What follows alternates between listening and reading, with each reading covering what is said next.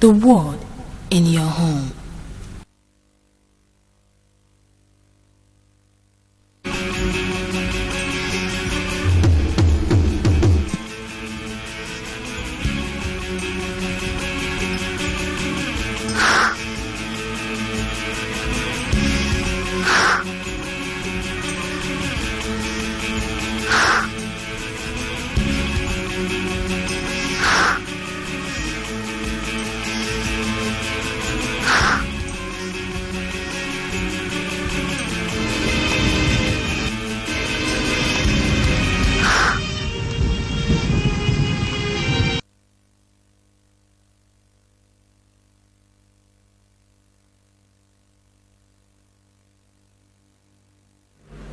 You're very much welcome. Good morning all. Good morning to Abians and non-Abians watching.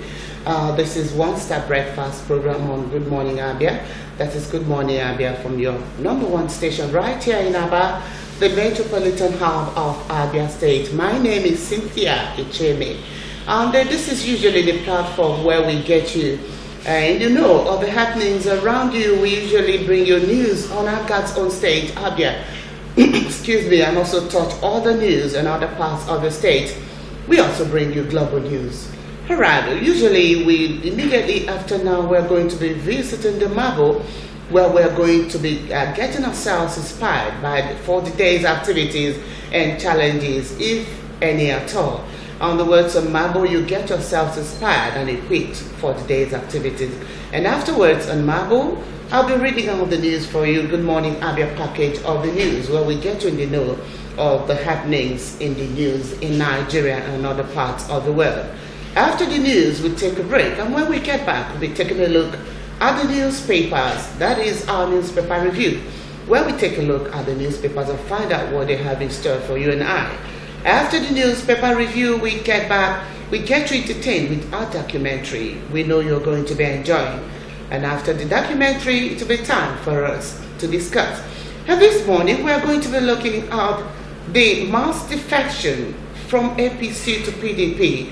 We saw yesterday 15 senators who really defected from APC to PDP, and also some 35 or 36 members of National Assembly that also left APC for PDP. All these and more we'll be looking at.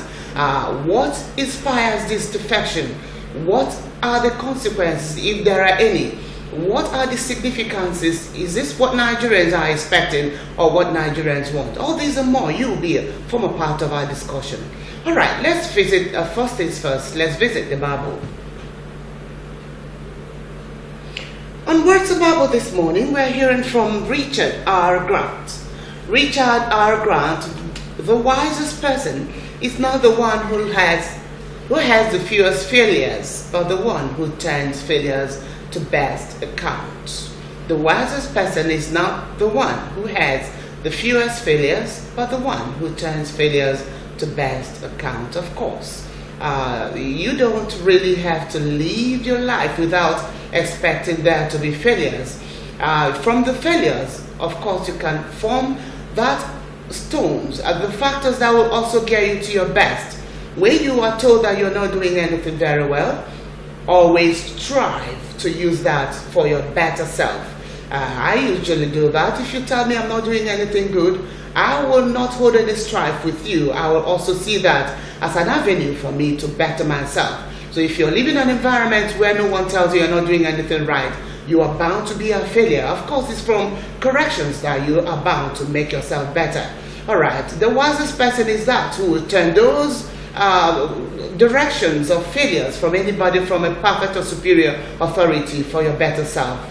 All right, as true citizens of this great state, Abia State, if we are criticized, if there are critics around us, we should always use that to better Abia and not to hold any, to victimize anyone on that account. And that applies to us individually. All right, let's strive to do our best, even from those areas where we might have failed. All right, let's visit the news. Good Morning Abia package of the news.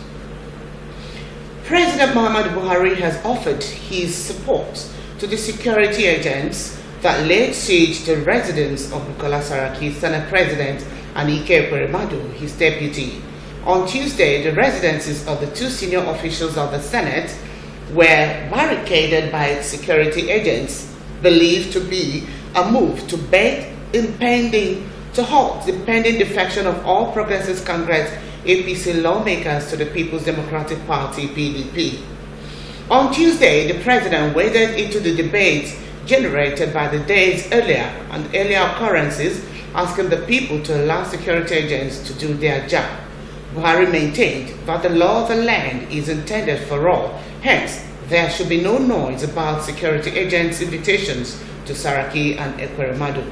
The presidency has taken note of the orchestrated campaign against President Muhammadu Buhari each time a very important person, VIP, is invited by the law enforcement agencies in the discharge of their legitimate duties and functions. Read the statement released by Garba Shehu, Senior Special Assistant to the President. Political parties often are bored on ideologies which promote democratic or socialist doctrines. Under our democratic system, political parties are expected to imbibe the concept of internal democracy in selecting representatives. Political parties in Nigeria are accused of not observing proper internal democracy. MCLTV News sampled public opinion on party internal democracy. Afriche today completes the story. Internal party conflicts in Nigeria is not a new occurrence. It first occurred during the 1950s after Nigeria's independence. The Action Group experienced internal conflict as a result of lack of internal democracy. What has changed over the years is its frequency and persistence. Political parties are alleged to be compromised by money bags, making it difficult to adopt an open system which will allow party members to participate in decision-making and opportunity to contest in elections within the party. Some residents who spoke to MCL News said some level of internal democracy exists, though not effective. They noted that the present situation has affected political parties negatively. As a result, defection, imposition of candidates, among others, has become the order of the day. We must have internal democratic principles and procedures as well. Otherwise, candidates will not be able to emerge for parties. So there is need for that internal democracy that is being actualized and effectively implemented. As an aspirant, you have a political party. So we are saying that your party should not cheat out an aspirant who ordinarily is popular within his party. Some aspirants may be popular in the party and not popular with the electorates. Some may be popular because they dash party members money. Some may be, but that person may not be acceptable to the society. That is another angle to it. However, some are of the opinion that internal democracy is effective in some political parties in Nigeria, which has made their party effective. In my own party, APC, there is reasonable existence of internal democracy because of the system APC has adopted. Unlike in other political parties, where before you go into primaries, they usually have a delegate election. We don't do that in APC.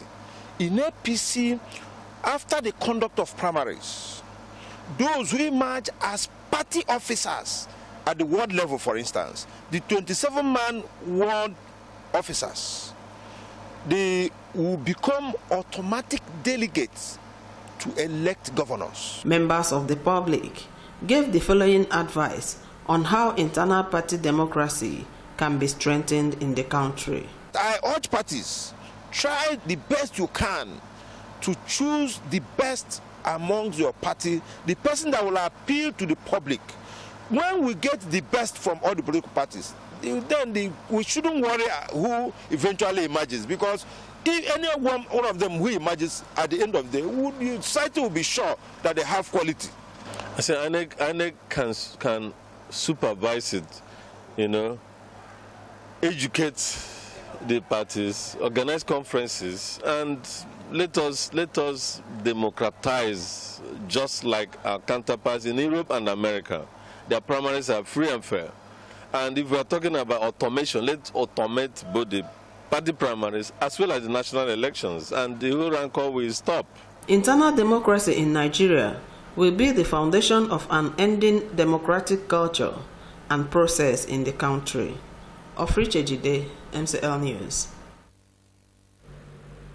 Nigeria government has postponed the 3-day closure of the third mainland bridge for investigative maintenance test. The government had earlier announced that the bridge will be closed on July 27, 2018. The Minister of Power, Works and Housing, Babatunde Fashola, on Tuesday announced that the shutdown will now last from August 24th to August 26th. Spokesman to the Minister, Hakeem Bello, said the shift in the date was after due consultations with the Lagos State government while deliberations with other relevant stakeholders, adding that the date and the day shift was done in order to give succor and relief to the people of Lagos State and other interstate road users and support the efforts of the state government. While reacting to Shodi-Apapa Expressway gridlock, Fashola said he has directed the immediate deployment of trucks to the trailer park being constructed by the ministry with the capacity to accommodate about 300 trucks while construction works for the shoreline protection continues. Bello also said that following the visit of the Vice President Professor Yemi Osinbajo to Lagos in connection with the Apapa Port gridlock, the federal government has said as a short-term measure a call-up system in the control of truck movement will be introduced, other that it will be initially manual, while the long-term digital and ICT-based system will be developed and deployed.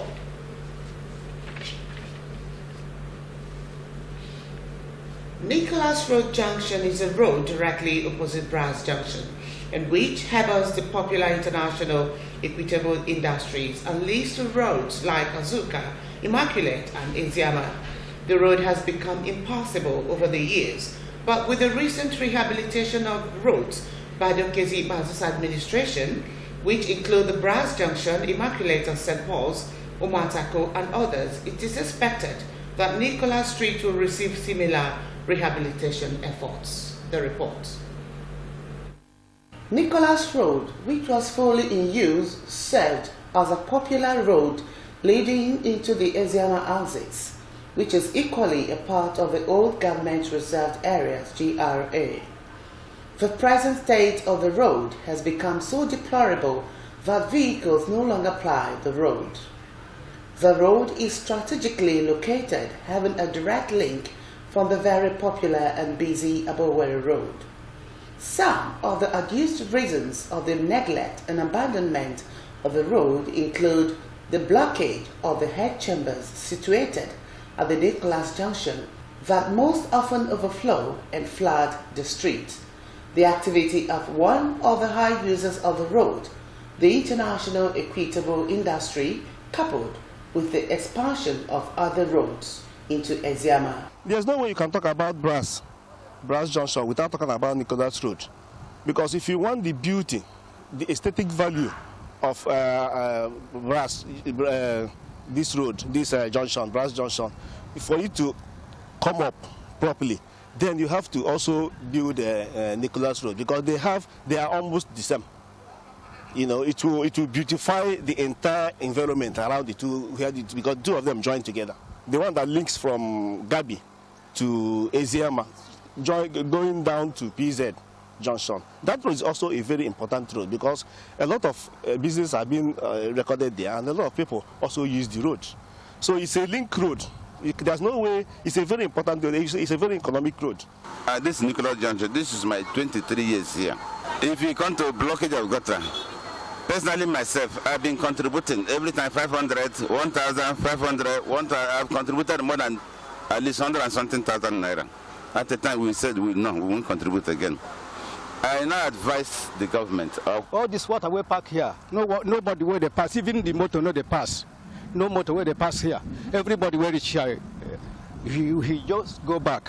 Then in mega road now, yeah, they got no way looking at it, you got that not the wide enough.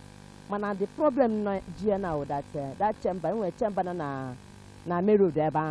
Oh, one government say Abia, Lanya, emepe that chamber, we tell me immaculate that road now, emeya, million na road there bag apple. Lending their voices to the remedy of the road, some respondents advised for a consultation with the regional construction firms that have a complete map of the road and its drainage path.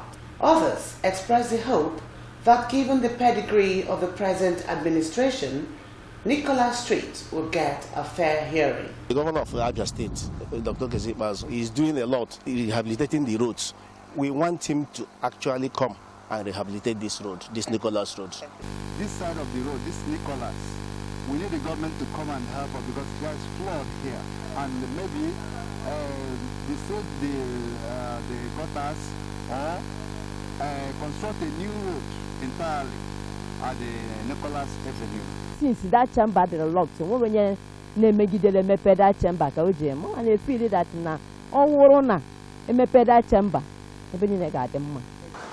Constructing new gutter is not the problem of Abia State. The problem of Abia State is just to clean the old one, keep it in order. Because if they don't clean it, this new one, as well, they will still block it. The importance of Nicholas Street can now be overemphasized as Abia State seeks to harness all available avenues to propagate its economy and create a lease of life for its residents. Nicholas Street surely deserves an attention. Cynthia Echeme, MCL News. Residents of Abia, the Commercial Nav Center of Abia State, have beckoned on the state government, Federal Road Safety Commission (FRSC) and other relevant agencies to initiate measures to regulating the operations of tricycle operation, popularly called Keke Napep. They made appeal while speaking to MCL TV News on the poor altitude of Keke operators in obeying traffic rules and regulations. Junior Chibu takes a look on what informs this far altitude among these brand of transporters. The report. An opinion poll conducted on members of Abia community, especially the motorists, reveals that it has almost become a nightmare for motorists driving through Abia metropolis as they have to exercise extra caution because of the way tricycle operators meander in between vehicles, not minding the danger their action poses to other motorists and pedestrians. They all express a common worry of tricycles crisscrossing in major roads in front of all manner of vehicles, whether heavy-duty vehicles or light fleet of cars, because to them, every space, no matter how tiny, must be utilized. They describe Keke operators as one of the major headaches, as driving in major roads now is a challenge because of the recklessness of Keke operators and their zero knowledge of basic traffic rules. The traffic rule is that based on the limit of their speed, they ought to, drive by the side, on the right side of the road. But many times you see them, on the speed lane of the road and even on the highway. And when you try to caution them, they tell you that you buy fuel and they buy fuel, and that your own is 4 legs and their own is 3, so that they are entitled to use any lane. You may see a Keke man flying the wrong way, and if you caution such a Keke person, you are in trouble. He will gather all his people together and they will almost lynch you.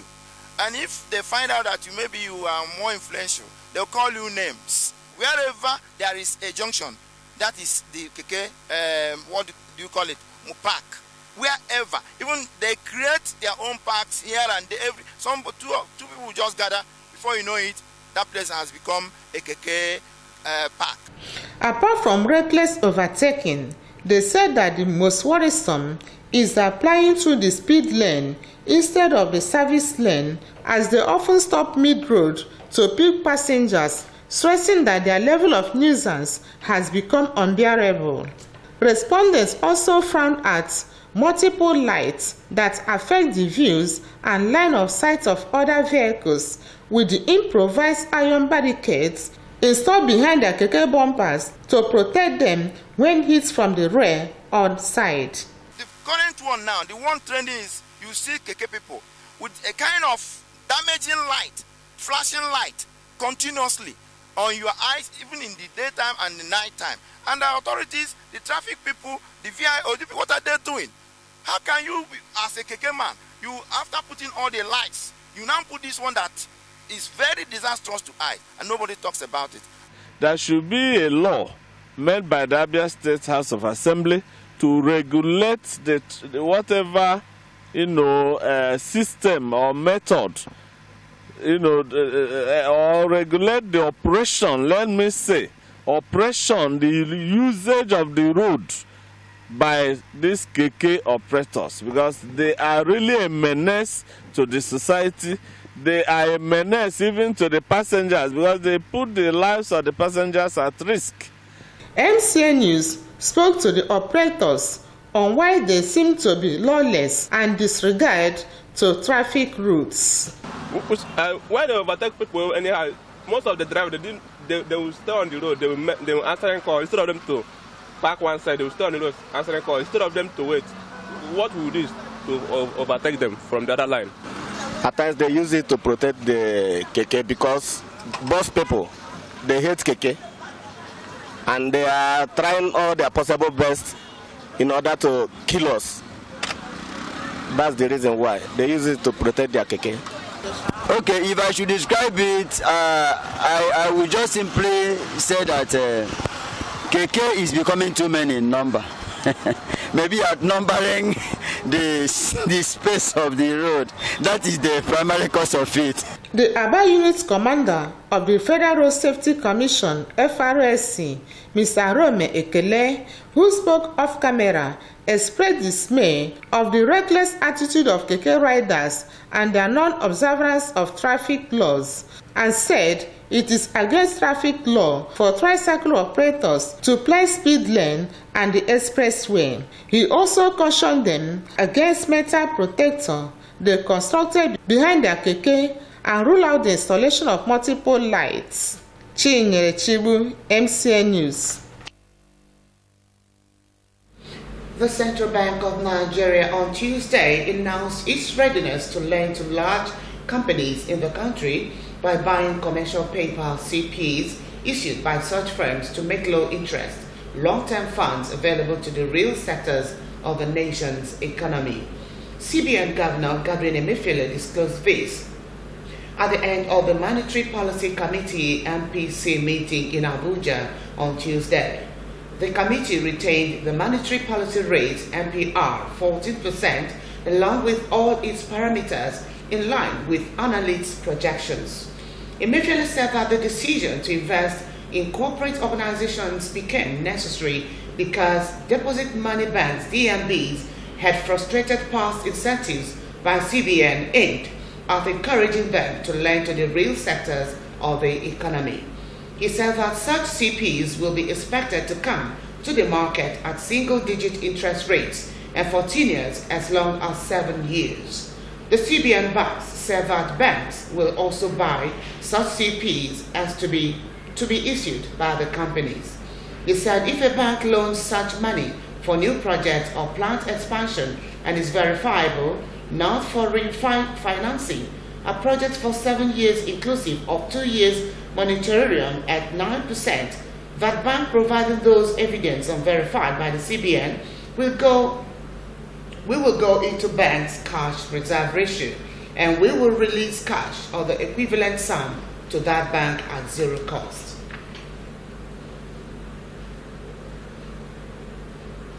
Voting has begun in Pakistan after an election campaign overshadowed by concerns of manipulation and violence. Nearly 106 million people are registered to vote for members of the lower house of parliament and 4 provincial assemblies. The PTI party of former star cricketer Imran Khan is hoping to beat ex-leader Nawaz Sharif's PMLN. But the Human Rights Commission says there have been blatant attempts to manipulate the polls. Hundreds of thousands of troops will be deployed to secure the ballots. Votes will be cast for 272 National Assembly seats that are directly contestable. Another 70 reserved for women and minorities are distributed between parties that will win at least 5% of the vote. Voter turnout in the 2013 elections won by the PMLN, but without an outright majority, was 55%.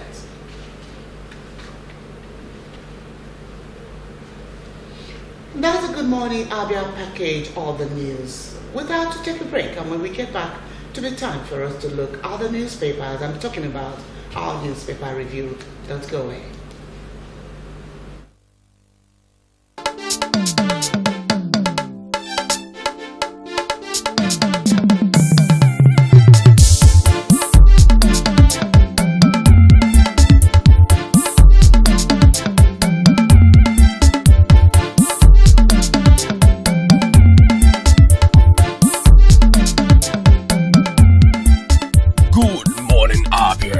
One-stop breakfast show on TV.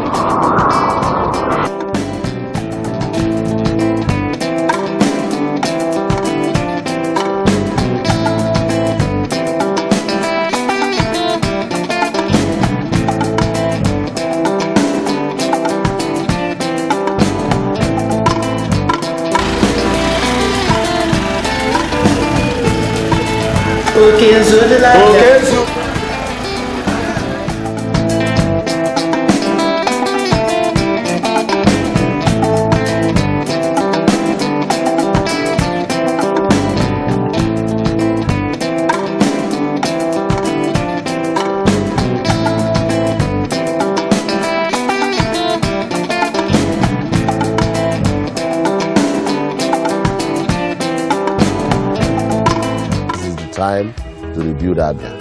I urge you to set aside our differences so that together we can join hands and build the Abia of our dreams. Remember that my word is my bond.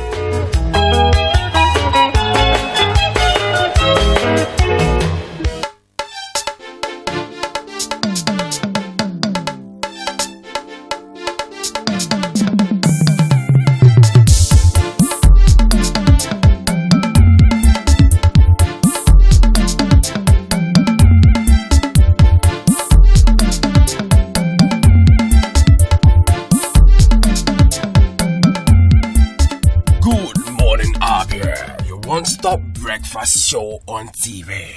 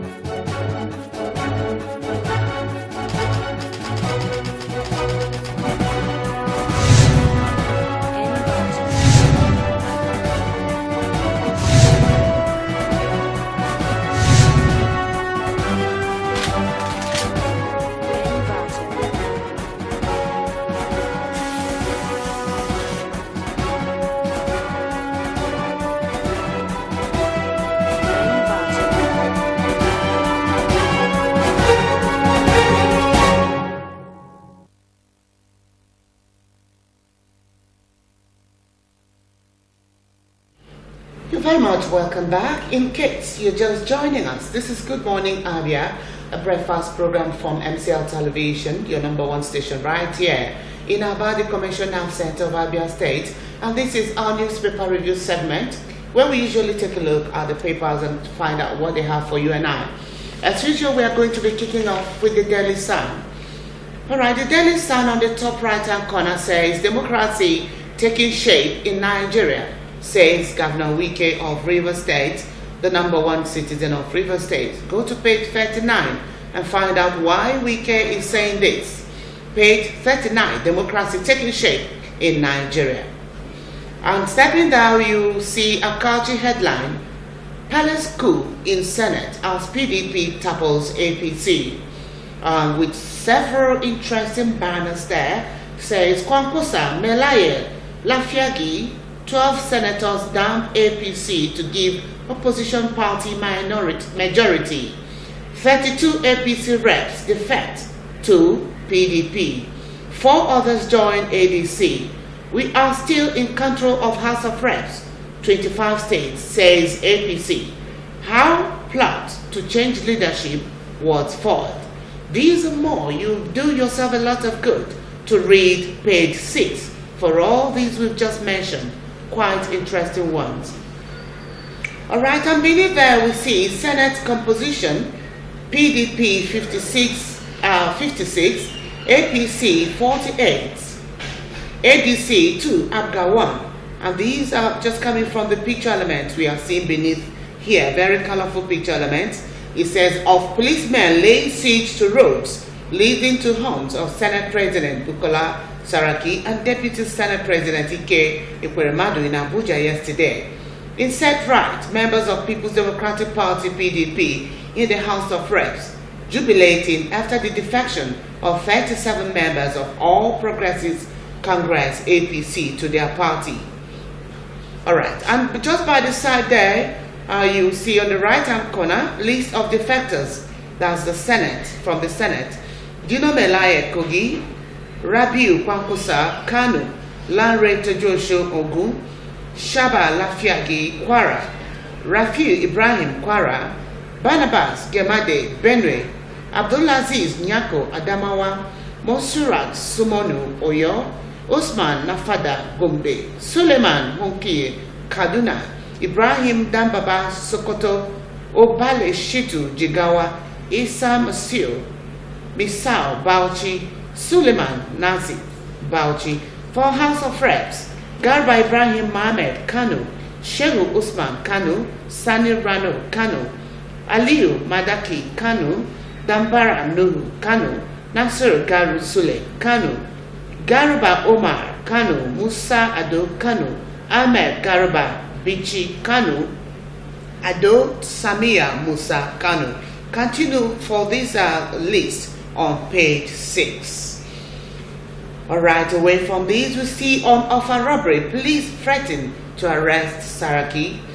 And the banner says, deny laying siege to homes of Senate President and Deputy. Alright, on these, denial, please go to page 4 and read out the story and find out more there. And it's followed by Nigeria doomed without rule of law. That's from CJN, Chief Justice of Nigeria. Alright, go to page 3 and find out more on that. EFCC stops Ekweremadu from attending plenary, invites him for questioning. And the banner with it says, House Senate President escaped police siege. Go to page 6. Still on page 6, very rich page this morning. And just beneath there, the last on the front page here, we see Third Mainland Bridge maintenance closure shifted to August 24. Go to page 42 and get the story in details. And now let's go to the back page. Hard facts, Michael Zokome, jackboot democracy. Jackboot democracy. And that's the face of Zokome here. Please go to page 47 to get the story in details. On page 46, we see on sports, Super Eagles coach in bribery scandal. Super Eagles coach in bribery scandal. Please visit page 46 and get the story in details. And away from there, we are meeting Steve Wonsu's Frank Talk. Frank talk this morning, a presidential dance of death. A presidential dance of death. You can see two faces here. Buhari, the #1 citizen of Nigeria, followed by Buba Galadima. All right, and I'll read out a little bit of this already given us. It says, the time has come for the president to wake up from his fantasy slumber. The time has come for somebody to tell PMB some of the things he doesn't want to hear, but needs to hear. All right, I'll ask us to read this column in details. Remember, it's on Daily Sun, the back page of it. All right, but do yourself a lot of good and grab the copy and read the story in details. And we go to the next paper, which is The Nation, as we continue to pray seriously for Nigeria. On the top left there, we see gully erosion threatens 250 families in Anambra. Gully erosion threatens 250 families in Anambra State. I'll go to page 43. Of course, there is a photo element of Obiano, the #1 citizen of Anambra State, Willie Obiano there. All right, on page 43, if you want to read more on that gully erosion threatening 250 families in Anambra State. It is followed by police. We were not at Saraki's home. Police is saying, denying that they were not at Saraki's home. Please go to page 3 and get the story in details. As followed by CBN plans real sector single-digit borrowing, and that continues on page 11. Onyeka rivals more goals with Galatasaray, and that story on sports. Go to page 47. And that takes us beginning to see a catchy headline with very interesting photos, you know. And it says APC keeps majority as 14 senators, 37 reps defect. Buhari, it is seasonal occurrence. Good riddance, says Oshomole. Democracy taking shape, says Wike of River State. Atiku, Daniel, hail defectors. All right, these and more, please visit pages 2, 3, 8, and 44 for more of these very, very rich readings. All right, for defectors, still yet again, we see the list as we read out from the Daily Sun. Shabala Fiage, Barnabas Gamade, Dino Melaya, Obali Shitu, Rafiu Ibrahim, and all the rest as we read. And Abdullah Aziz Nyako, all these number of defectors. And we see the photo element standing firm. The APC caucus in the House addressing reporters after the defection in Abuja. And that's on yesterday. That happened yesterday. All right, that's a very nice one. All right, and beneath there we see jumping ship. Members of PDP jubilating after the defection of 37 members of APC in their party at the National Assembly Abuja, and this happened yesterday. All right, how they stand at Senate, 109, number of all senators. We have 109, that's the number of all senators, where APC has 52 and PDP has 50. ADC, 3 senators, Abga, 2 senators, dead senators, 2. How they stand in the House, 360, number of all reps, 192 for APC, 152 for PDP. And now 5 for Abga, 4 for ADC, 1 Accord rep, 1 SDP, and 1 UPP. All right, and now let's step down to see more. Nigeria to import crude from Niger. Go to page 11. Cars recovered as police parade 11 in Rivers State. Cars recovered as police parade 11 in Rivers. Please go to page 5 for more of this. And let's quickly go to the back page of The Nation for more stories. Today in The Nation, we are hearing from Dele Agekame. Dele Agekame writes, Nigerian politics is now in the grip of self-serving political nomads with no vision, sense of direction, or the moral capacity to stand for anything but themselves. This is coming from Dele Agekame. And leaving Agekame, here comes Louis Odion. The bottom line. The bottom line, democracy and the Makurdi affair. With the face of Hadi Sirika,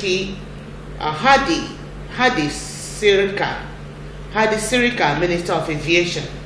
Alright, and I'll just to read this column in full. Alright, and when we leave that, we meet head ball from Atiku the Acrobat.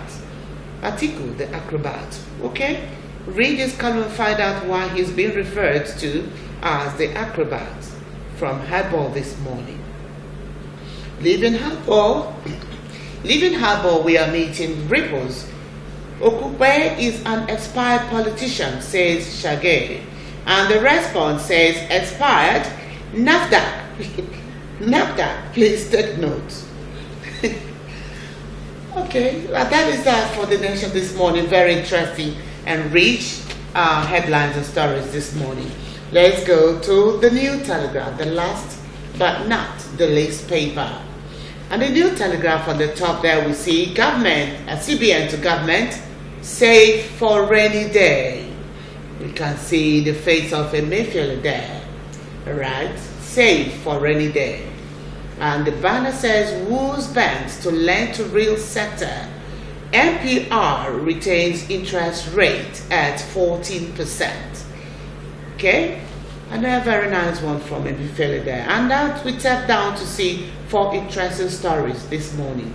It's beginning from Yusuf, the picture element of Yusuf. Super Eagles coach filmed taking bribe from football agents. Super Eagles coach filmed taking bribe from football agents. That's the fate of Yusuf. Please go to 37 and grab the story in details. And leaving there, we meet Aregbeshola's photo, and with it says Oshu pensioners grant Oshobo protest unpaid entitlements. This story you can capture on page 34. On page 30, we see the photo of Fashola. Discos Fashola liable for power sector's woes. Go to page 30.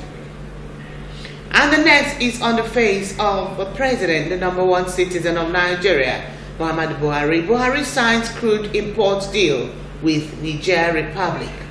Go to page 4 and find out the details of this signing. And down we see Black Day for APC. Ruling party loses 60 senators, reps to PDP, ADC. And we have very interesting banners to go with the story. Buhari, I wish them well. Oshomole, defectors lack electoral value. PDP takes over Benue Assembly, impeaches APC leadership. APC will consolidate on majority status. PDP loses rep to UPP. We are still in majority, says APC. Senate adjourns to September 25th. Please, these and more, go to pages 2, 4, 5, 9 to 12, and 33 for more of these very interesting stories and headlines. Alright, and beneath there we see Senate membership status. Okay, like we read out in the other papers, APC 50, PDP 56, ABGA 1, vacant seats 2. Alright, policemen blocking the convoy of the Senate President Dr. Bukola Saraki in front of his Maitama residence in Abuja yesterday. Alright, and the next photo says members of the People's Democratic Party, PDP, jubilating after the defection of 37 members of the ruling All Progressive Congress APC in Abuja, and this happened yesterday. And yet another interesting catchy headline: DSS police invade Saraki Ekweremadu's home. President backs probe. Police threaten to arrest Senate President. Secondus, article RAPC, Ohaneze, others condemn attack. Alright, these and more on this very story and more. Go to pages 2, 4, and 34. And that takes us to the last on the front page. Higher temperatures could lead to suicides. Higher temperatures could lead to suicides. All right, let's grab this story in details. This revelation and study. Go to page 6, and that we go to the back page. On the back page of the New Telegraph, we are hearing from Bola Bolawale's Tinubu, hero or villain? Tinubu, hero or villain? That's a question for you to answer. All right, with facts. Give the answer by yourself. Go to page 47 and find out more on that. And that takes us to the top right-hand corner. NFF crisis. AGF Dalong in intense power play. AGF Dalong in intense power play. Go to page 37 and find out why. All right. Civil society in civil military relations. All right. Part 3 of this very headline. Hard choices. Festus Okoye. Soldiers on patrol. All right. Soldiers on patrol. All right. Soldiers on patrol. That's from Festus.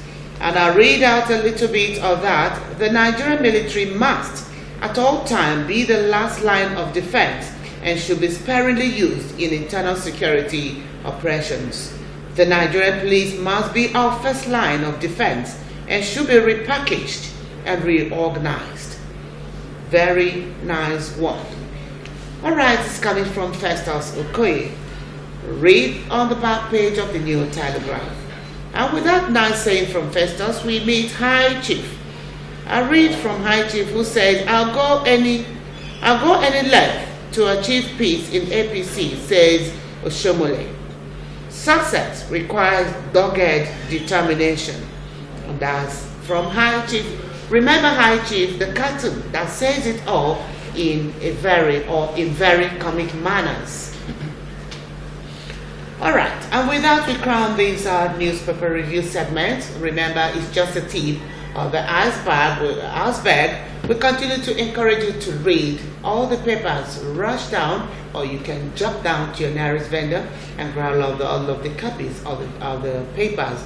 There's no overdose to knowledge. The more we read, the more informed we are. We ask you to read all of the papers. Instead of not reading any, read one. All right, with that, we take a break, and when we get back, remember it to be time for us to discuss. But before we discuss, we have a documentary we know you'll be enjoying, Oma Soso Out of Africa. I hope you're going to be enjoying that. Don't go away.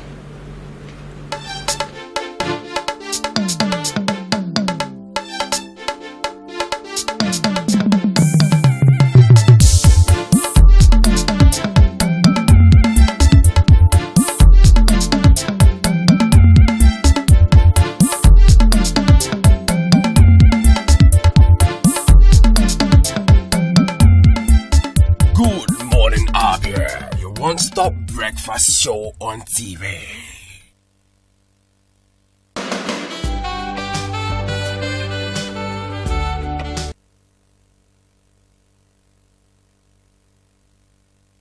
Limited. Presco is a home of the red image right here in Abia. Why go to Lagos or Port Harcourt for your direct image jobs? Come to Presco Gold and Heavens Options, located at number 145 Azikiwe Road, Abia, for perfect cover page, journals, magazines, brochures, and flyers. We also offer printing services in digital flex and billboard, window graphics, posters, stickers, heat transfers, ID cards, complimentary cards, monogram, and car branding. Heaven Options offer you entertainment services like event management, ambulance services with well-dignified undertakers. We can also boast of 3 months ordinary program in computer training, 6 months certificate in computer training, and 1 year advanced certificate in computer training. Why not visit Presco and experience that quality jobs? For inquiries, call 080-33-22-6115, 070-40-24-7196, 070-84-69-8165.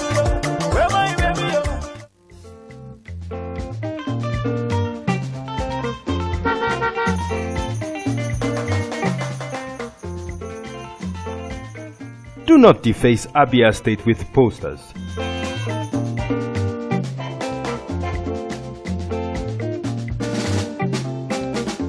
Do not defecate on our streets. Do not litter Abia State.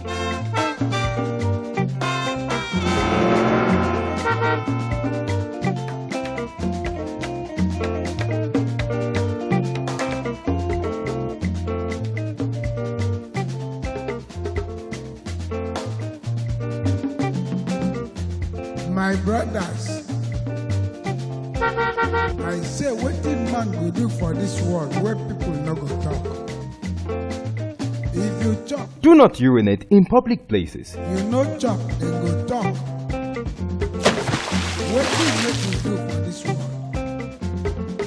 I say make we dey do the things where we carry for heart. Now so world one time. I be not been so. Keep Abia State clean.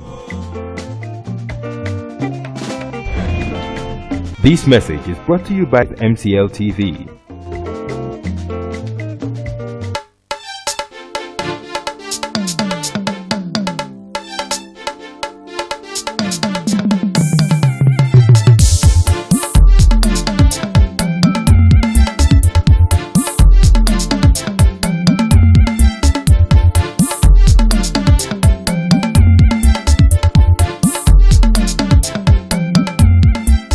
Good morning, Abia, your one-stop breakfast show on TV. We're gonna go to Africa. We need to bring our tradition in a way. We don't wanna come here with a trumpet, sax, guitar. No, we wanna figure out a way to feel Africa, and with the instrument that we have, our traditional instrument, the mola from Senegal, shildo from Mozambique, and the piano is a Western instrument, but it's percussive instrument too. Yeah, we try to combine this and try to let the people know how we put our tradition together. For example, if I do this, it's an instrument. It's already we have some groove like it. So we try to use everything, not like it. With everything. But this is Africa. I learned this here in Africa. I don't learn this in Europe. They don't do this. Came back my old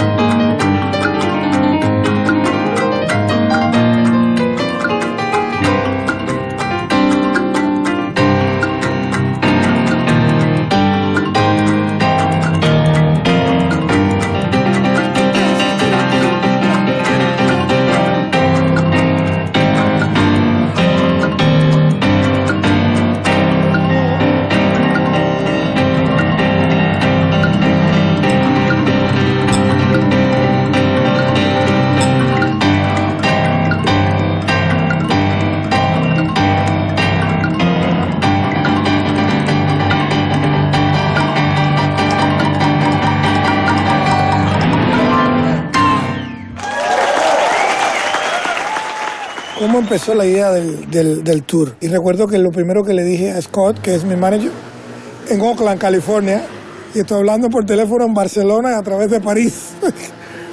Le dije, mira, lo primero que tenemos que hacer es buscar músicos tradicionales de cada lugar de los países donde vamos a ir. Lo importante ahora es cómo conseguir y conectar con los músicos de todos estos países. Y fue interesante porque al principio es como decía, es una locura lo que estás pidiendo, Mar. Digo, no te preocupes, que algo dentro de mí y la fuerza ancestral me están diciendo que sí vamos a encontrar los músicos que queremos grabar.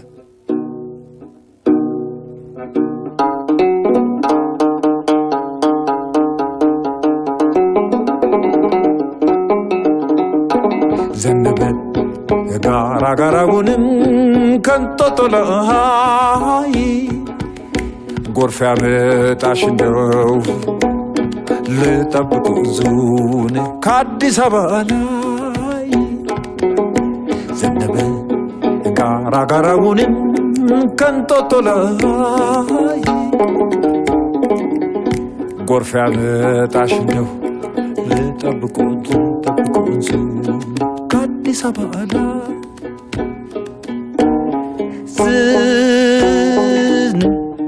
ዝናቡ ዘነበ ጋራጋራውን ዝናቡ ዘነበ ጋራጋራውን ጎርፍ ያመጣሽ እንደው ልጠብቀው ዙን ከአዲስ አበባ ላይ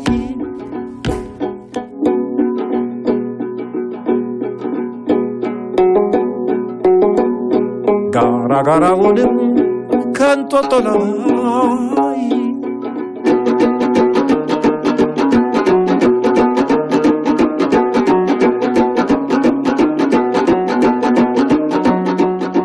The instrument is called the krar, which is a 6-string lyre, which is an Ethiopian traditional instrument.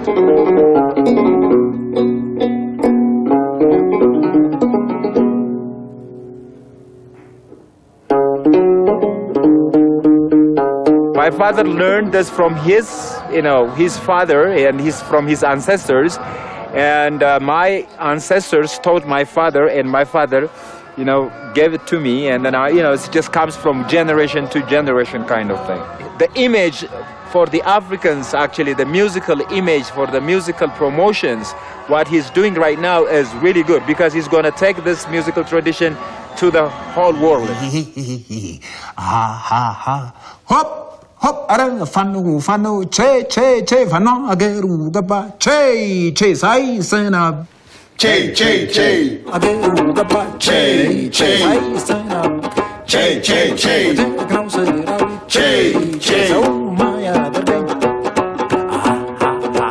This tour was really special because it was not only the concerts we played, but we did also recordings in all these countries we traveled to. So we did recordings with traditional musicians. They played their traditional instrument of this country. The idea behind all this is that we're going to do a new record in the future where Omar Sosa will use all these recordings and add his own composition to it and add also Western instruments like the piano and maybe real orchestra with strings.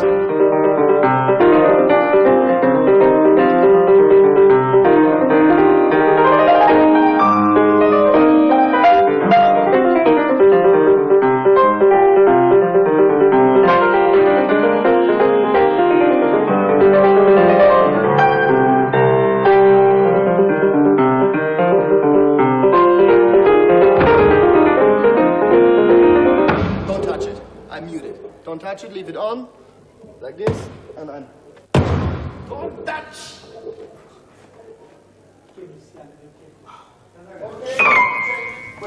Mi primer recuerdo, creo que tenía 5 años, y fue cuando pude tocar en la primera banda de música del colegio, y tocaba un redoblante. Y recuerdo que empezó la banda. Yo no tenía ni idea de lo que iba a tocar, pero supuestamente teníamos todo que seguir un ritmo. A partir de ese momento, la música ha sido como el leitmotiv de mi vida. Yo hablé con mi padre, mi difunto padre, que Dios lo tenga en la gloria, y le dije, yo quiero entrar en la escuela de música. Y entró en cello. Pero al cabo de creo que 6 o 7 meses, el profesor me dijo, mira, tu dedo pequeño no llega a la segunda falange. Entonces no tienes las condiciones buenas para poder hacer la octava en el cello.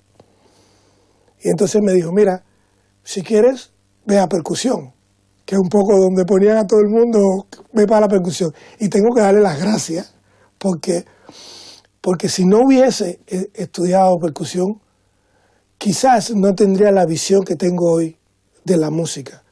Para mí, todo tiene que tener un groove. Y eso me lo ha dado la percusión y haber estado en contacto con, yo diría, mucho más cerca de mi corazón. ¿Por qué? Porque el corazón es ritmo. Chum, chum, chum, es groove. Y eso, y el haber estudiado percusión, repito, me ha dado o me dio la posibilidad de entender la música de otra manera y poder tocar el piano de otra manera.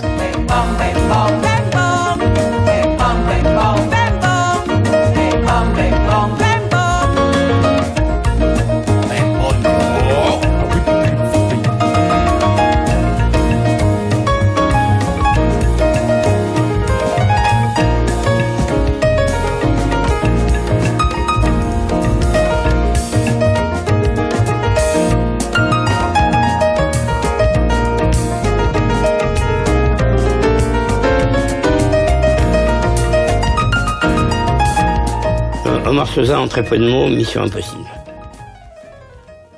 Alors s'il faut en dire un peu plus, je dirais que Omar Sosa est un musicien et est aussi un homme qui est proche des divinités et c'est quelqu'un qui est capable de faire se croiser les choses les plus improbables ensemble. Il l'a prouvé partout où il était, que ce soit à Cuba, en Équateur, à San Francisco ou maintenant à Barcelone.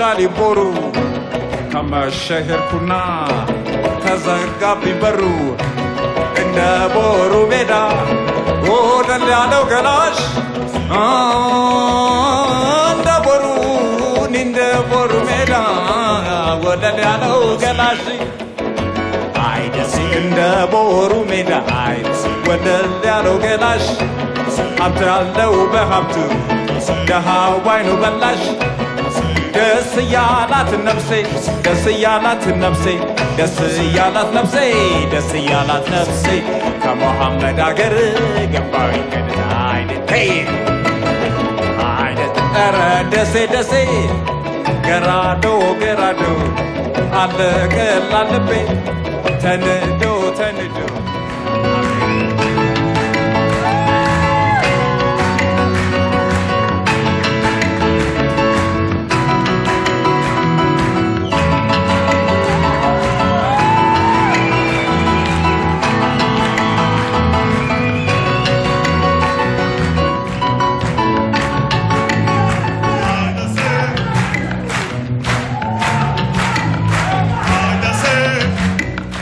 J'ai vu tout de suite un mix un peu miraculeux de Eddie Palmieri et Thelonious Monk.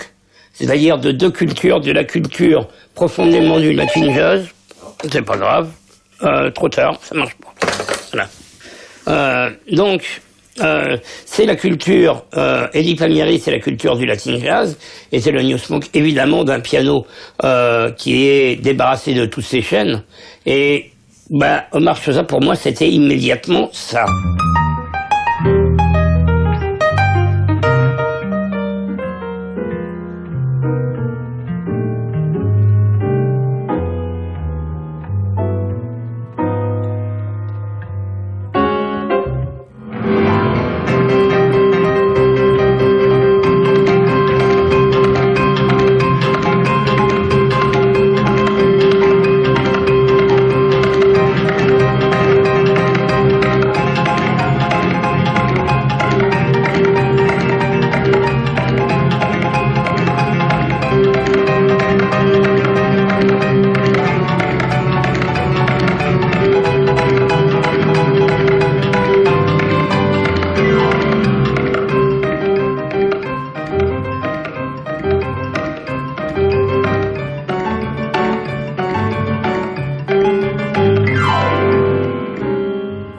Avec son jeu, il cache pas la musique cubaine, même si il est mélomane, donc il est intéressé par plein d'autres musiques et il essaie de mélanger ou amener tout ça dans sa musique cubaine. Parce que je crois ce qu'il veut, il veut d'une certaine façon, je crois il veut avancer la musique cubaine.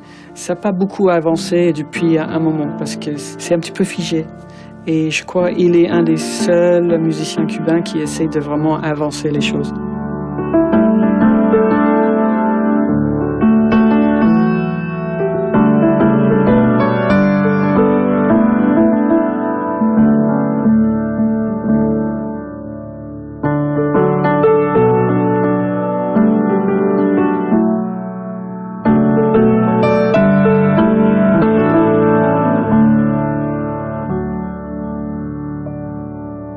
Eso me inspira, es lo que me inspira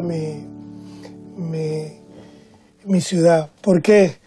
Porque el mayor es alegría, ¿no? El tono mayor es alegría. Y tengo muy buenos recuerdos de mi infancia, ¿no? De mi familia, del barrio donde yo vivía. De hecho, cuando tocaba, ahora, recordaba el Parque Agramonte, que es el parque central. Está el toro mayor.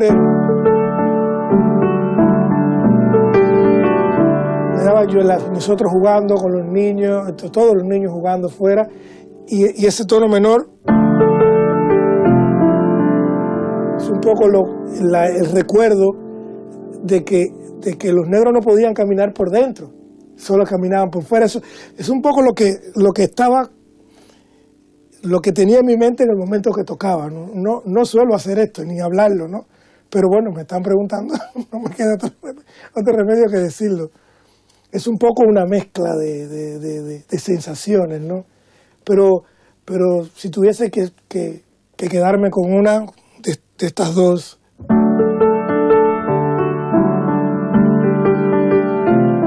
me quedaría con...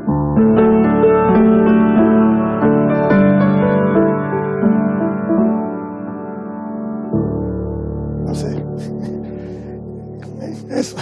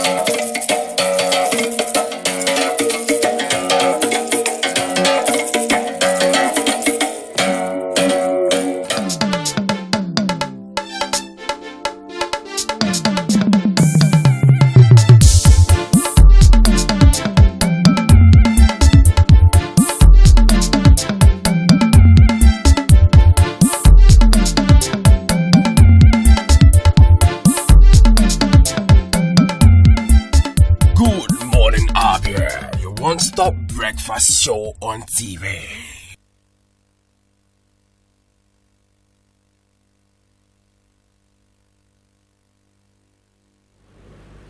You're very much welcome back. It is still your breakfast program from MCL Television, and that's Good Morning Abia. And this is our discussion segment where we usually discuss very important issues. And this morning, we are going to be discussing a very important one, not an exceptional.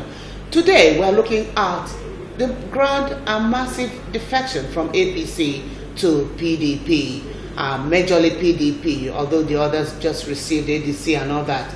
All right, but to do justice to this very topic, I have right here with me in the studio journalist in the person of Yusobio Substance, aka Sir. You're welcome to the program. Thank you very much.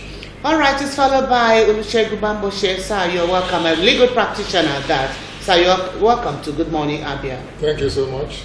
All right, it's followed by Barrister St. Moses Obona, who is a PDP organizing secretary.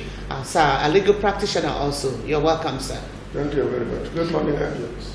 All right, we'll quickly take a look at the background to this very topic and very fast because of our time. The high-wired intrigues and acrimonious power play between the two dominant political parties took a dominant and dramatic turn yesterday as 35 lawmakers defected from the All Progressives Congress APC to give the opposition People's Democratic Party PDP majority in the Senate. At plenary, 12 lawmakers in the fold of the ruling party announced their defection to the PDP, while 2 cross-carpeted to the African Democratic Congress ADC.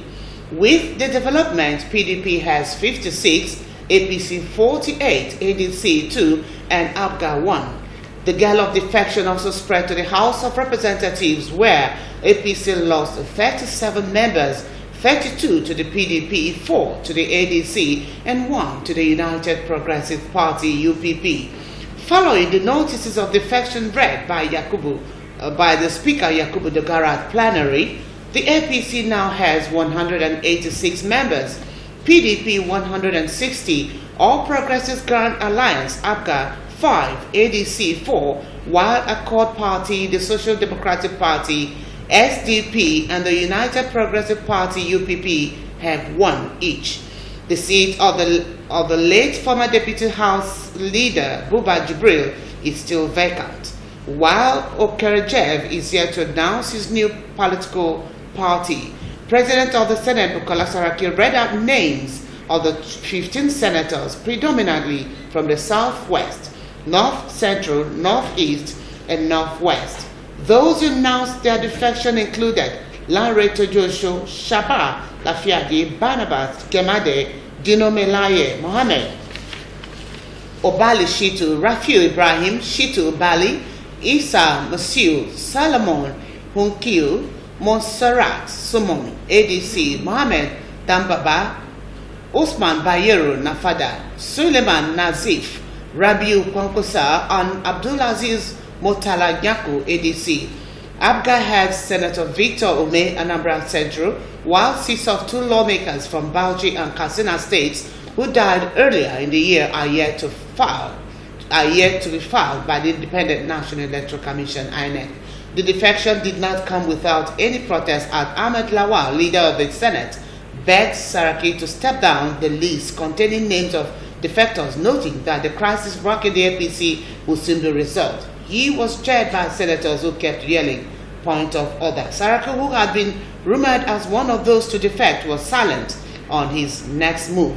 He predicted that more people would defect in the coming days and lampooned the ruling APC and the federal government for muzzling the opposition. Gentlemen, that is the background of today's very interesting topic this morning.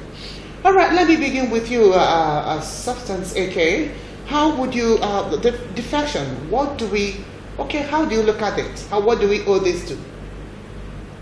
I hail these defectors as patriotic Nigerians. It's a welcome development. The fact that we cannot continue to allow impunity and dictatorship and fascism to take sway in our democracy. Democracy is a government of the people, for the people, by the people. But where the democracy in Nigeria becomes a government by the government for the government, then that's something wrong. The APC government, midwife or being championed or led by Buhari, has not lived up to expectations. The mantra of change with which they hoodwinked all Nigerians have now come to show that it was just lies and propaganda. The PDP administration of Jonathan was on course.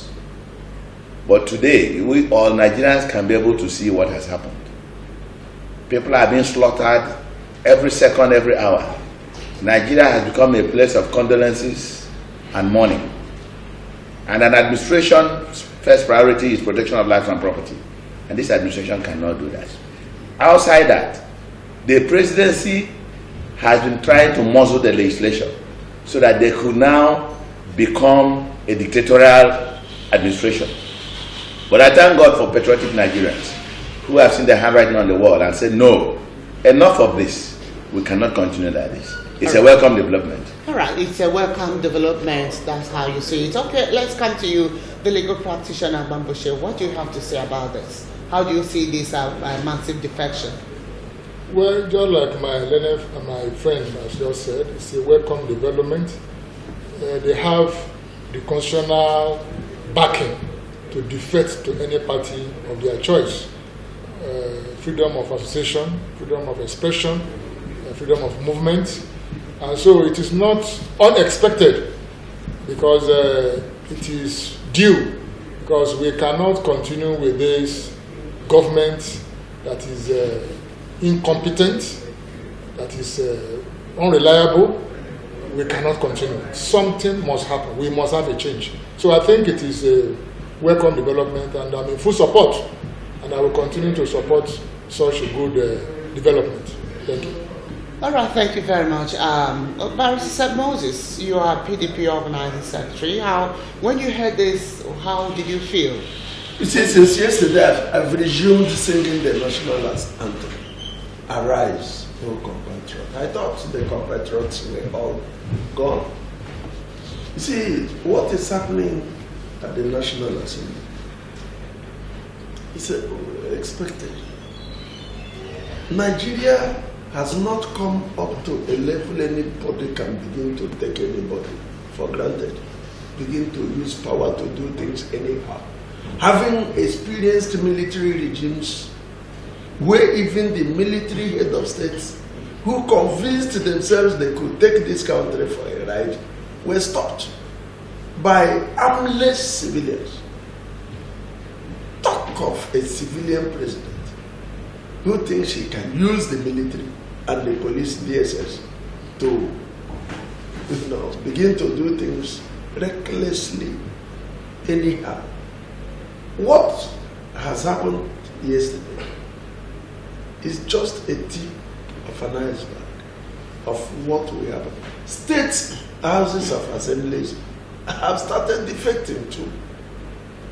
It will come to a point you see a whole state house of assembly will defect. All right? Because Nigerians were giving Jonathan, a man who is a Democrat, who believed in the rule of law. And exactly what happened during the time of Samuel happened. They said, God, give us a king. Give us another king. Even if that king is going to rape our children and our wives, give us a king. Let us be like other countries, nations. God gave them Saul. The same thing that happened. God gave us who has now started chastising us, using military and DSS, using the language of corruption to intimidate everybody without passing through the rule of law. My brother, there is an extent you can go, and every of these extents are checkmated during the elections. And when the Nigerians are shouting, go and get your PVC, we want to show him the power of PVC. And this is just the beginning.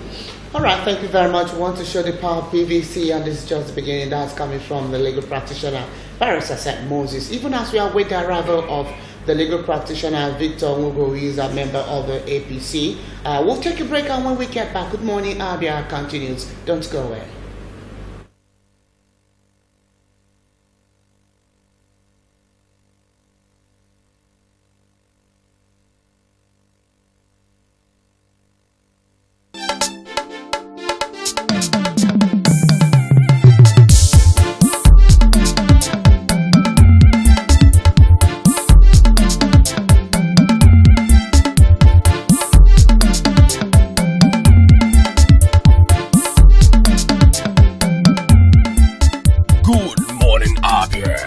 Stop breakfast show on TV.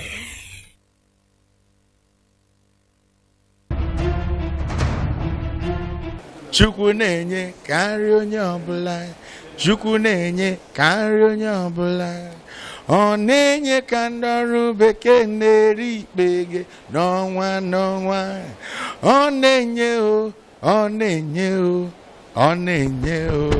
Hello, my name is Buchi. Keep watching MCL TV and don't go away. Aye, God has given you victory. Aye, He has given you victory.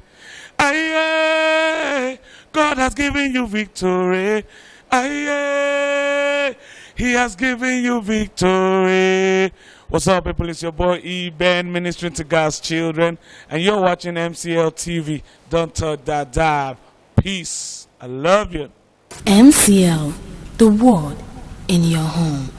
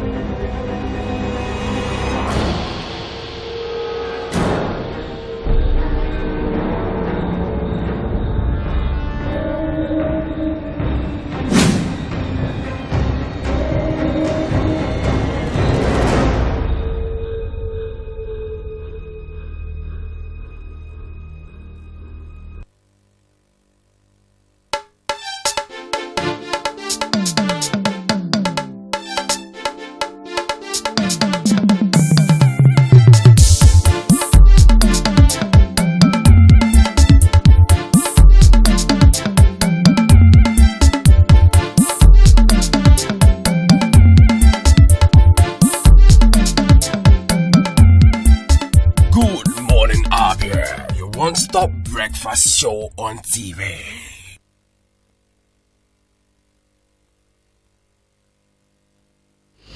You're very much welcome back. It's still your breakfast program from MCL Television, and this is our discussion segment where we'll be looking at the APC experiencing mass defection of the senators, 15, and we have a whole lot of 36 from the reps house. All right, and we have right here in the house, we've just been joined by Gio Kereke, who is our lecturer. Sir, thank you for coming on the program.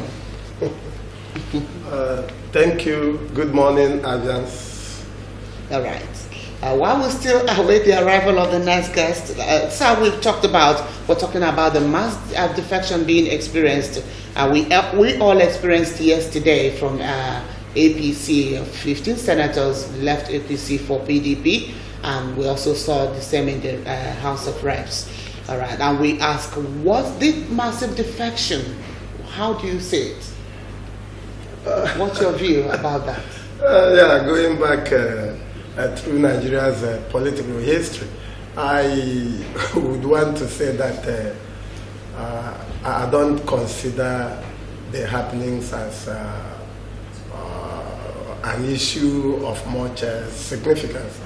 I rather see it as once again a show of shame, absence of principle, and absence of dignity among the politicians.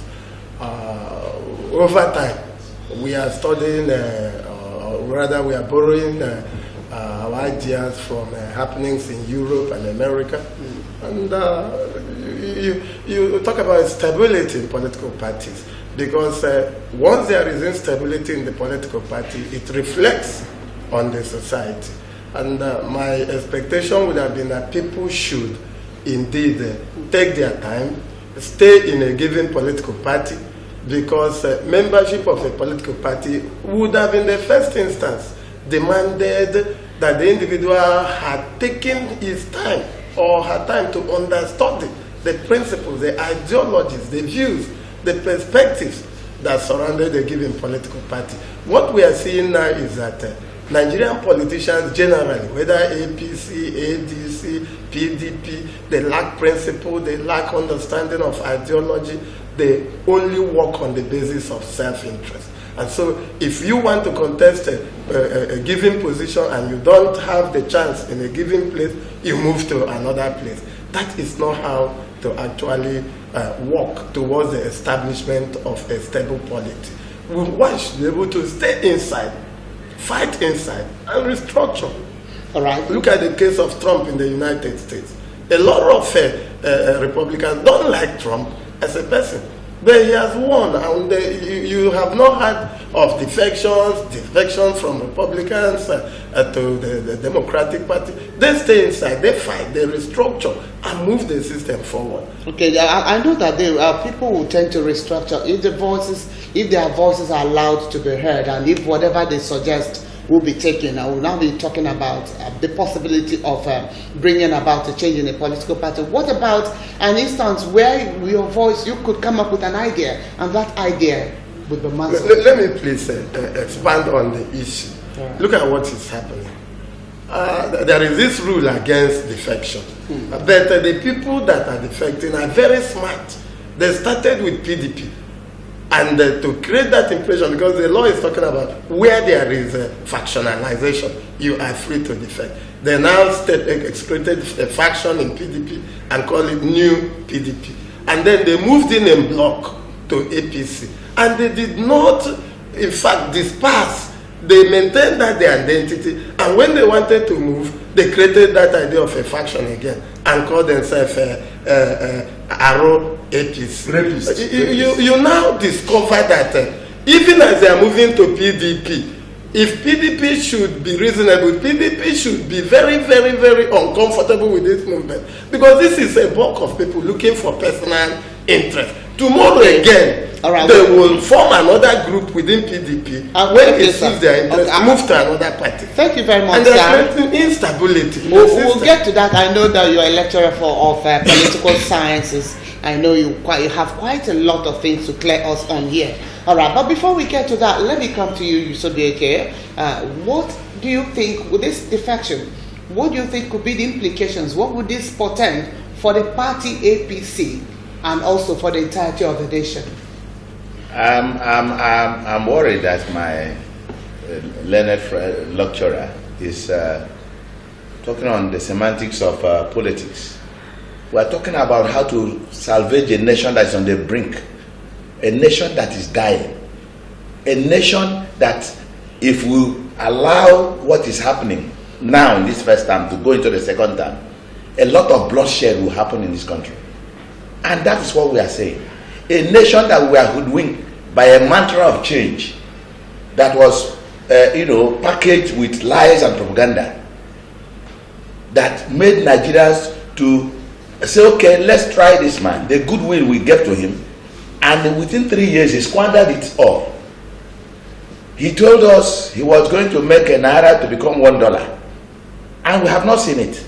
It's 360 naira to $1. He told us there will be food on our tables. We've not seen any. He told us that you are paying 85 naira to a liter of fuel. It went to 145. Even now, the so-called petroleum refineries he was going to give us, we've not seen one. But he's going to import crude. He's still, the oil subsidy he said the Jonathan administration was doing, he's also paying subsidy. And people have been, he said he's going to fight corruption. Corruption is only focused on only one side of a people. People in APC, once you pay 100 million naira and defect, then you are a cent, but not a living cent.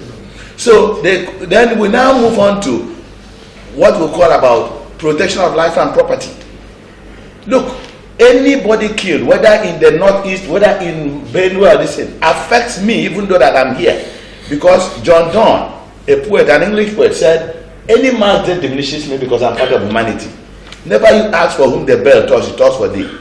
If those people can be killed by herdsmen, who his brothers, and he couldn't do anything. And this is what we are seeing. Outside that, the impunity we are seeing.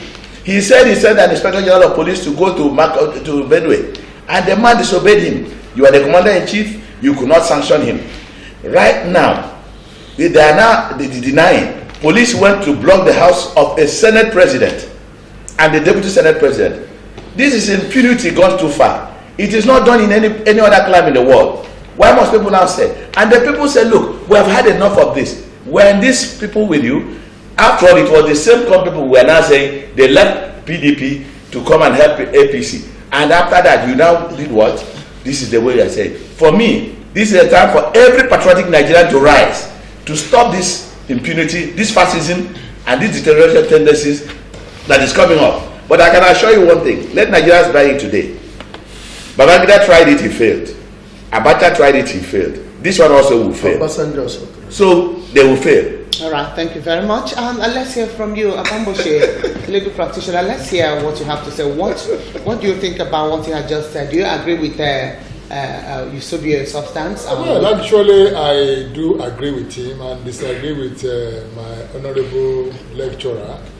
The fact remains that Nigeria, to me, started real democracy in 1999. And so it's still a young democracy, and you cannot rule out political immaturity. And but there is what I call political metamorphosis, and that is what we are going through now. And with time, everything will be stabilized. So if you mention America, America did not arrive where they are now just a day or 2 or 10 years. It took them time. So the issue of defection to this party going to, I think with time, there will be what I call political stability. Because what is going on now is political metamorphosis. So I think we should not blame them, because like he rightly said, we can't continue this way. Buhari has to go. I've been saying it on Facebook, I've been saying it anywhere, he has to go. He doesn't have the mastery of governing a country. He's heteroscenic, he's a bigot, so we don't have such, we want a destabilized Nigerian. Somebody like I prefer people like IBB. When he was there, he never discriminated against any tribe, any religion, whatever. That's the type of person we want, not somebody killing here and there and he will be flying to Netherlands, flying to America, flying to this. I think we have had enough of him. He has to go. All right, thank you very much. Yes, I wanted to. You will say something. Let's first of all invite the audience there. Please, at this point in time, I know many of you out there want to join this discussion. With the number on the screen, go ahead and call us. But the usual thing, please, before you give us that call, do well to move away from your television set and reduce the volume of it, please, so we can hear you clearly well. All right, sir. Let me just before you respond, let me react a little. Not so that you react. We are not defective. You see, let me tell you, I will quite agree with you on the academic side of what you said. Yes. We lack ideology. That's true. We lack the principles. Because we lack it, that is why we use the aspect of us that lacks the ideology to correct the absence of ideology in what we do. If we go by what he says, what is happening at the Senate now ought not to happen. If we are properly entrenched in what we are doing, following the rule of law, following the constitution, following the ideologies of the party, before you cross carpet, there must be the need for it.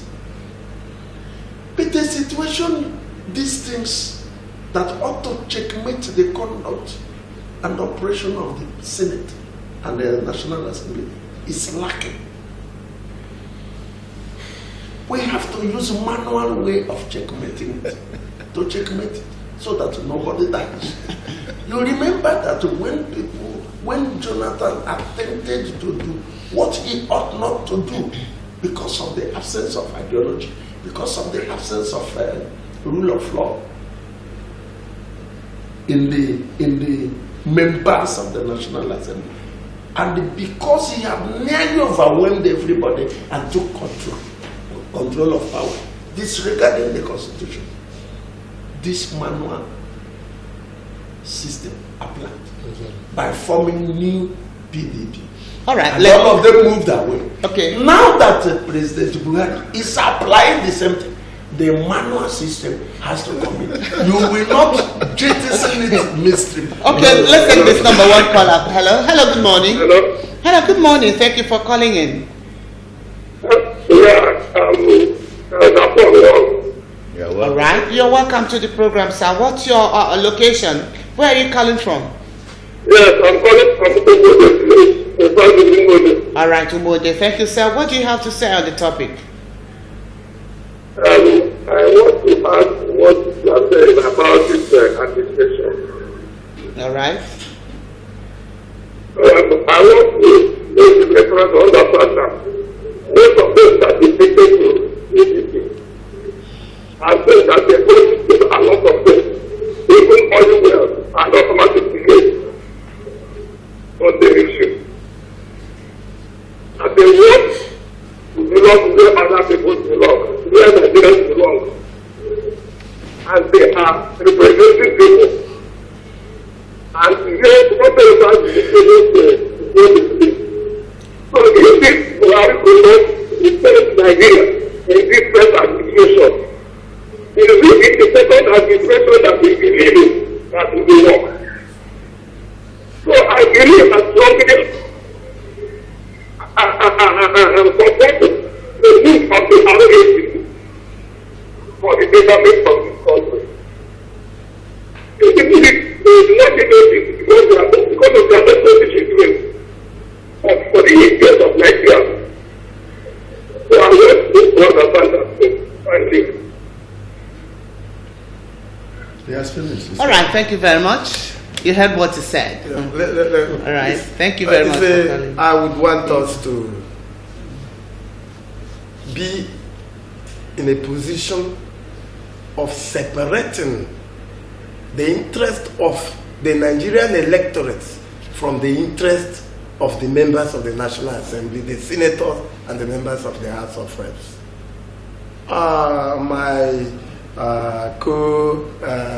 He's a journalist. Okay, the journalist here. He's so good.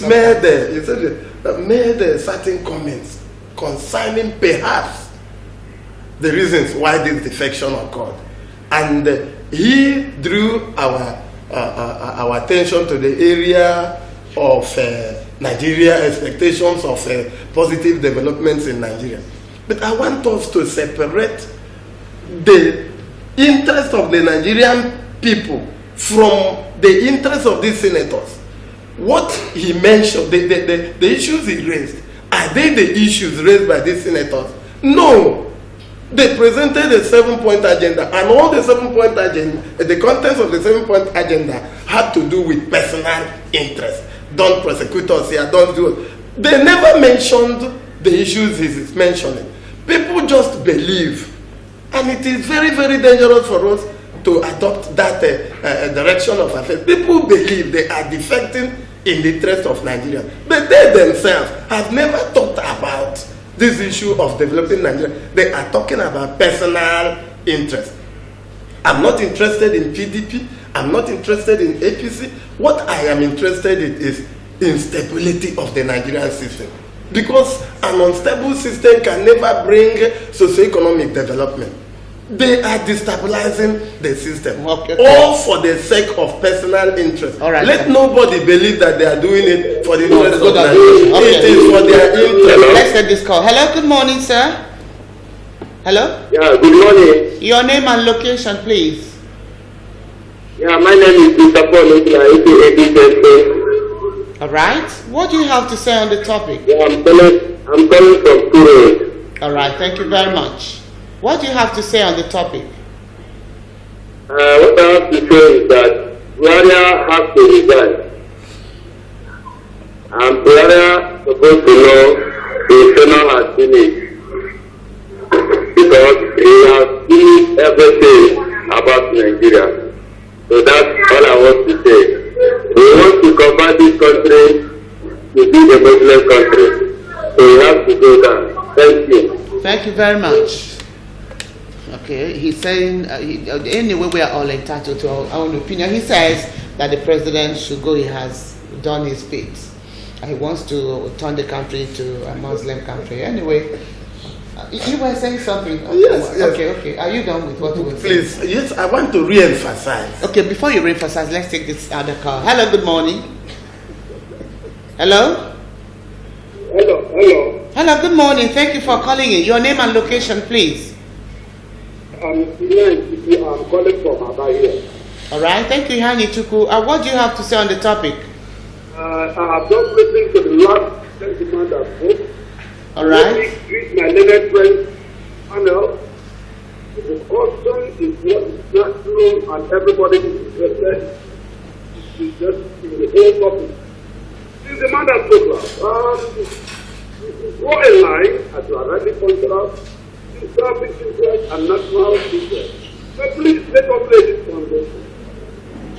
In the evolution of the president-elect, Mr. Abdulrahman, when he was ready president, you remember, APC was not in support. And then today, it has been APC fighting against. These gentlemen are all Nigerians and we are here. We will put a solid foundation to play for the future. This is in-house fighting with themselves, criminalizing people because we don't want them to stand. This manner of particularly approach against the president, senator, and our elected representatives. Very Robert. And this is what that's the case. Adam Somali, president, chairman of it's not a matter of being the white dog. It's a matter of being an orator. It's a matter of sitting down and finding out what is the difference in publicity. What is the difference? It is not that it's not. It's a matter of protecting and it's a matter of protecting and it is not being selfish at all. All right. Thank you very much. Be concerned. This is not possible. Gentlemen on the panel, I congratulate all that have reflected. What happened to PDP in 2014 is not the manner of going over everything. What is happening to APC in 2018? What did you do in 2014? What did you do in 2016? God bless Nigeria and let all of us go on. Thank you very much. All right, thank you very much. God bless Nigeria. We continue to pray for this great nation. All right, let me come to you, Bamboshe, while Joker settled something. Before now, there have been several calls for the impeachment of the president, which appeared very impossible, especially given the fact that APC was in the majority in the House there. Now that this has happened, do you see this kind of thing playing out in the nearest future? I mean, the resumption of the call to impeach the president, do you think it's really going to be possible now? Thank you so much. Well, let me tell you, because I've been a panel some years ago, this something similar to this impeachment of deputy governor then. And I must tell you that it is almost impossible to impeach a sitting president in Nigeria. It is almost impossible to unseat a sitting president in Nigeria because the conditions, the procedures are very, very cumbersome. But I know they will try to distract him, not necessarily to remove him. And let me add, especially from what my lecturer has been talking, you see, where there is no good governance, the people will kick. Selfishness is normal in every human being. But when we are saying that, look at Obasanjo. Obasanjo successfully ruled for 8 years. He had problems, the Sharia issue, but he faced it squarely. Look at Yar'Adua, the late Yar'Adua. If Yar'Adua had been alive, he would have continued, successfully, second time. We are talking of good governance. You don't expect people to keep quiet when there's bad governance. When there are killings here and there, and you expect people to say, okay, let's be principled. No. You throw away principles. We're not talking of principles. We are talking of lives being lost. If there's good governance and is ruling well economically, politically, security of lives and bread, who will tell him to go? So I think he's due for impeachment anyway. But I know impeachment will cause a lot of problems. So I think we should avoid that. But let us remove him electorally. That's All my, right. my opinion. Okay, thank you very much. When you talked about selfishness. Okay, sir, please, whatever you're saying, just in 1 second because of time. We'll continue tomorrow. You see, I do not see any selfish thing. These are people who went there to represent us. And the people they are representing are yearning for the removal of the president. And are yearning for things to be done properly. And these things cannot be done properly, given the setting that the APC government, who is introducing impunity, fascism, tyranny, operation, is in majority. The only way to checkmate them in their house, it is only the National Assembly that can checkmate the president. And they can do so when the opposition has a kind of grip and majority in the house. And the only way to have it is by this manual way of crossing over. You call it manual way of crossing over? Yes. I agree with him. Not computerized. Gentlemen, I really thank you very much for having your say on this very topic this morning and for coming on. But because of time, that's much we can take on this very topic. We promise to continue, but I'll plead with you all to come on time tomorrow so we can really be able, so that we can actually address the issues and the questions we have here. We haven't even gone halfway. All right, because of time, up next should be sports. Please don't go away.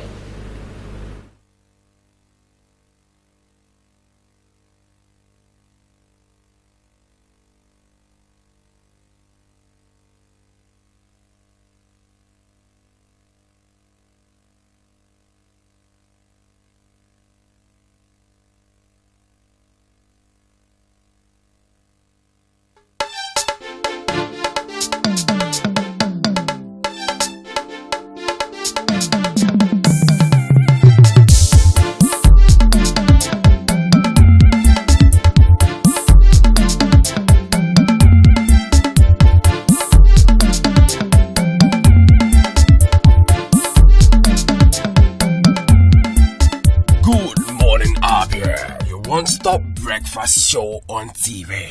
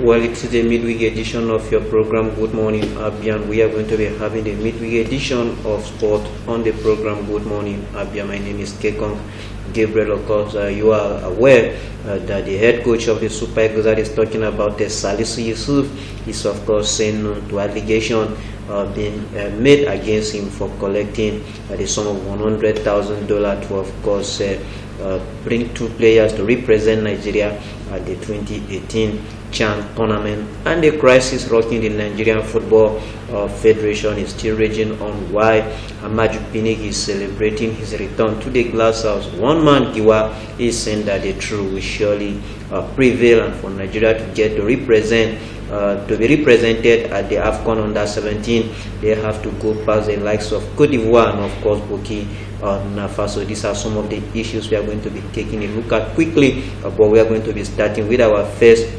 item on our news this morning, which is about the Salisu Yusuf issue. The coach of the Super Eagles of Nigeria, Salisu Yusuf, has denied he took money from undercover journalists led by Ghana Anas Anyewu, posing as football agent, to select 2 players for the CHAN tournament in Morocco. We've been told that a video which was aired by BBC, which has gone viral, showed, of course, the Super Eagles coach Salisu Yusuf, of course, taking a bribe to bring 2 players to represent Nigeria at the CHAN tournament, which Nigeria was beaten in the final by host Morocco. Don't forget that that journalist that did that investigative report has led to the sacking of many football stakeholders in that country, Ghana. It also saw Kwesi Yataki, the first vice president of CAF, of course, losing his seat as a result of the allegations. And of course, Salisu Yusuf this morning is saying that he has no hand in the alleged,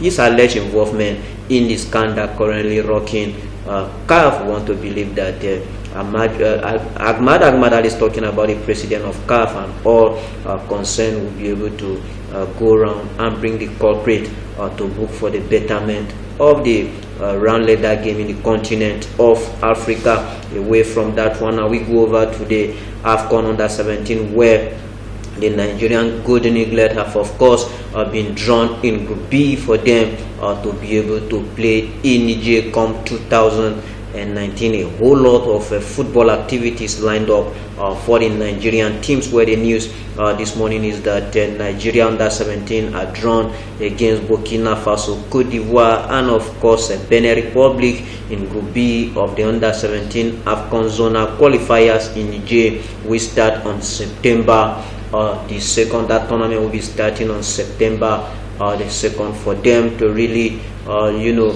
get to play in the qualifiers proper, they have to top this group. We also have a Group A, which consists of hosts and Niger and a whole lot of other teams that will be battling for them to see if they can pick one of the sole ticket to play in the AFCON under 17th tournament. We want to wish the Golden Eaglet the very best of luck, so that as they continue to fly the flag of Nigeria flag will always be hoisted when the flag of other nations is being, of course, raised. Away from that one, now we go over to an issue that has to do with Ambassador Chris Giwa, and of course the Amaju Pinnick crisis rocking the glass house. That is talking about the secretary of the Nigerian Football Federation. We hope that one day this issue will be laid to rest for the growth and development of the round leader game in the country, where the news is that the embattled president of the Nigerian Football Federation, Chris Giwa, says that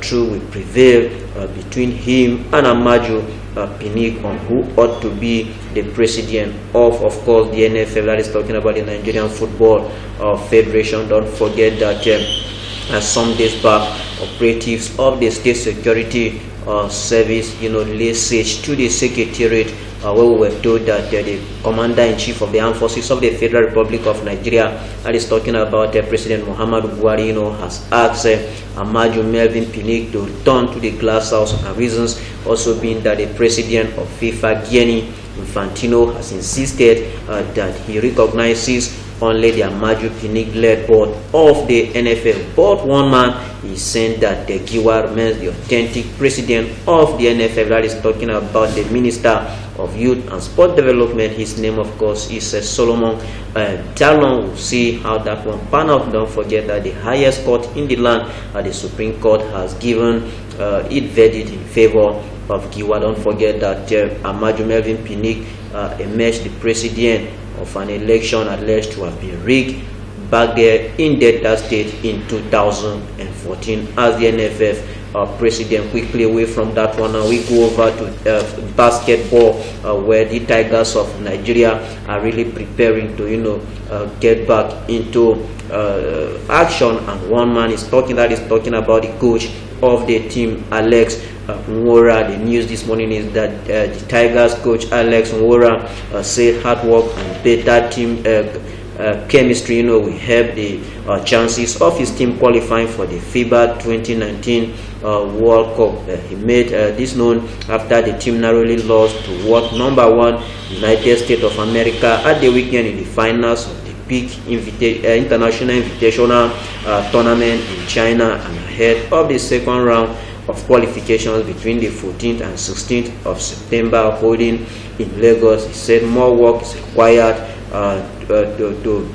to be done on the team in order for them to achieve their set target. That is the word of the coach Alex Nwora. He said despite amassing maximum point from 6 games and sitting comfortably atop F, Nwora highlighted availability of players as one of the biggest challenges ahead of the games against Senegal, Cote d'Ivoire, and of course Central Africa Republic. We've been told that players sealing new contract and some are taking part in the NBA Summer League amidst other unforeseen circumstances. Nwora says some new faces are expected to be called up into the team. He said hopeful that the best available players can be assembled and given enough preparation time to build up team chemistry. The word of Alex Nwora, the head coach of Nigeria's D Tigers, of course, sounding a note of caution to followers of the slamming and the dumbing game that is talking about basketball, that for Nigeria to really qualify, they have to, of course, continue to improve. Don't forget that the biggest room in this war is that of improvement, and it is never over until it is over. This is I hand you back to the guest presenting. Good morning, Abia. All right, thank you very much, Kiko Gabriel, on that very, very interesting lines on a world of sports, where you will agree with me, Delhi, that there are no dull moments. All right, with that, we wrap up this morning's one-stop breakfast program on MCL TV. But up next is Unaksala Chioma from Cynthia Icheme. Do have a lovely day ahead. Bye-bye.